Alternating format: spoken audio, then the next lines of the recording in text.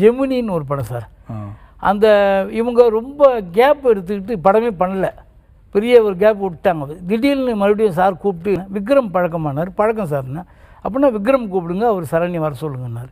அப்புறம் சரணை நான் வந்து வர வச்சு பேசுகிறதுக்கு அவர்கிட்ட பேசிட்டேன் நான். அவர் ரொம்ப ஹாப்பி, ஏவிஎம் கூப்பிட்றாங்கன்னு ரொம்ப ஹாப்பி ஆகிட்டார். பர்சனல் ஷூட்டிங் மணி பில்டிங்கிட்டு நடந்துட்டுருக்கு நுங்கம்பாக்கத்தில்.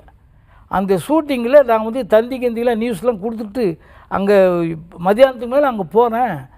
விக்ரம் பேப்பர் போட்டு படுத்துக்கிட்டு இருக்காரு. அவர் கலாபவன் மணியை வச்சு ஷூட்டிங் எடுத்துகிட்டு பெரிய சாக்காச்சு. என்னங்க படுத்துட்டு இருக்காரு? என்ன கிரின்னு ஒருத்தர் மேனேஜர் அவர் கூட இருந்தார். நான் அவர்கிட்ட கேட்டேன், என்னங்கண்ணே உங்களை தாங்க தேடிங்கிறாரு. என்னங்க நான் ஹீரோவா அவன் ஹீரோவா? அவனை வச்சு எடுத்துகிட்டு இருக்காரு அவர் கலாபவன் மணியை.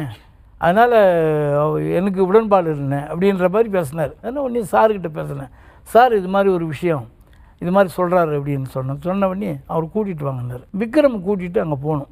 அப்புறம் சார் வச்சு பேசினார். என்ன விஷயம்னாரு. இல்லைண்ணே நான் தானே ஹீரோ, என்னை வச்சு தானே பிஸ்னஸ்ஸு, எனக்காக தானே அந்த படமே எடுக்கிறீங்க. கலாபவன் மணியை வச்சு அவர் எடுத்துக்கிட்டதுக்கு நான் எதுக்கு சார் அது அப்படின்னார். அப்புறம் சார் சொன்னார், இல்லை விக்ரம், அவர் தான் டைரக்டர், சரண் தான் டைரக்டர். அவர் சொன்ன கதை நீ கேட்டீங்க, பிடிச்சி தானே வந்தீங்க, பண்ணுறதா இருந்தால் பண்ணுங்க, இல்லைன்னா பரவாயில்ல, ஆனால் அவர் தான் டைரக்டர், அதில் எந்த மாற்றமும் இல்லை அப்படின்னு ஸ்ட்ராங்காக சொல்லி விட்டார் சார்.